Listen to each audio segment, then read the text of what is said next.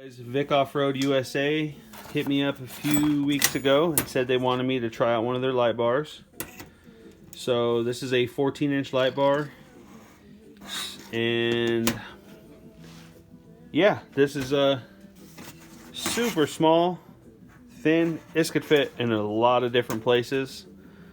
So first thing I was gonna do is just cut a piece of flat stock and make a little bracket for my bumper.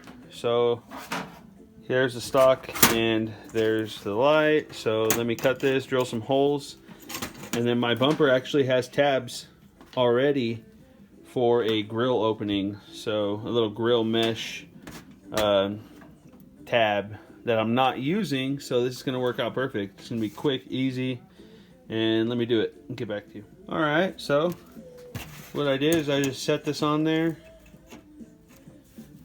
like that, traced it out. Not a plug for the Jegs shear, but that thing's dope. You just put it in there, kind of whittle it away. It'll cut up to 3/16, quarter inch, I don't know. I do a lot of 1/8 inch stuff around here. It works perfect.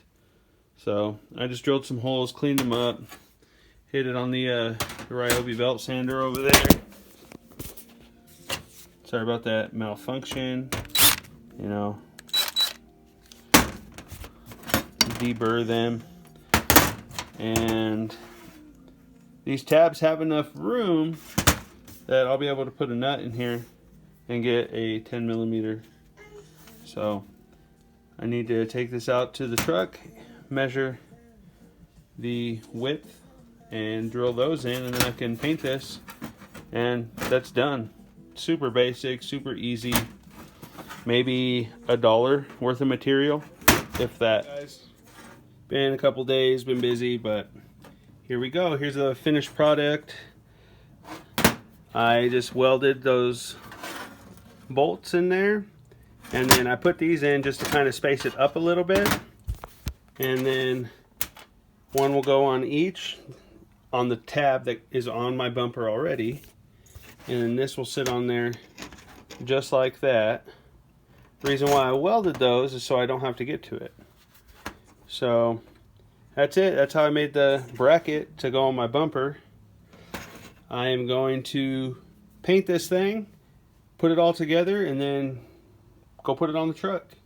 Alright, since I'm doing kind of like a little bracket DIY-ish, I'd show you how I usually wire these up. Now granted, this is only a temporary wiring, because when I put all the lighting accessories in my truck, I'm going to get a really nice little fuse box, relay box, sealed, and mount everything permanently. So this is my bench harness I use to test all my stuff.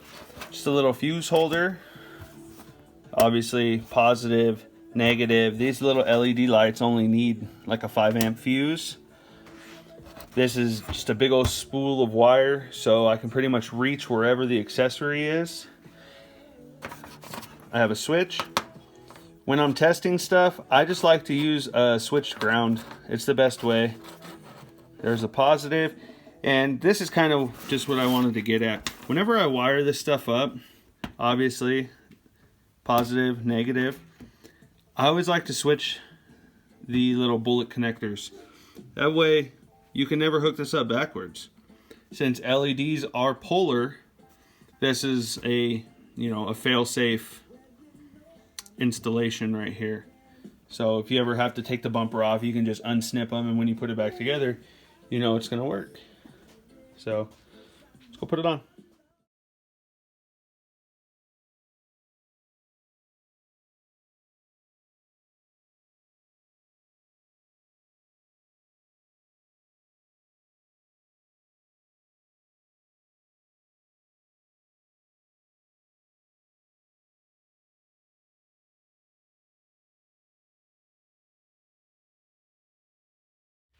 So I got that light bar installed. I got some pictures. I took it for a drive down the road, and so far I really like it. It's obviously not going to be like a 48-inch light bar that's supposed to light up the desert. It's a 14-inch slim light bar. So I think it's great as a driving light, as an additional means of lighting the road, you know, for on-road driving. Off-road, I would say you would need a couple of them, but also, what do you expect from a 14-inch slim bar? You know, you're not going to have your cake and eat it too when it comes to it, but as far as the actual light output, it was pretty significant. As you can see in the picture, that I backed my truck up 15 feet from the garage and turned that on, and there was no lighting in any way around my house. So that's a true, it is unedited picture as well. It's a true representation of the light output that it had. So my overall thoughts, I got to ask how small it is and the actual light output. I'm going to put another one on there just for visual purposes. I want one in the upper part of my bumper opening. You know, that's just a personal preference, but that really appeals. I think it would be a good grill light bar. It doesn't impede the airflow that needs to go across the radiator. It'd be cool to make a custom grill with maybe a couple of those in there. I don't know, maybe a future project. That's to be seen. But my overall opinion, the construction of the light bar, it's aluminum, it's stout. I think it's going to last a really long time. It comes with little brackets and everything you need. Another thing I'd like to add is in my video I said I put a 5 amp fuse in there. 5 amp should be good for how small that is, but I wanted to see if the light output changed. I didn't think it would with putting a 15 amp in, so I put a 15 amp in and it didn't change it at all. But really that just boils down to your wiring, how you wire it up. You know, if you put it on a relay, what type of fuse or switch you're running, the size of the wire, all that stuff. So that's kind of up to you. I don't see the light actually drawing enough to need anything more than a 5 amp. One of my lights just went out. That's cool. But all right, guys, I'd like to thank Vic Offroad. USA for sending me that Defend Industries light bar.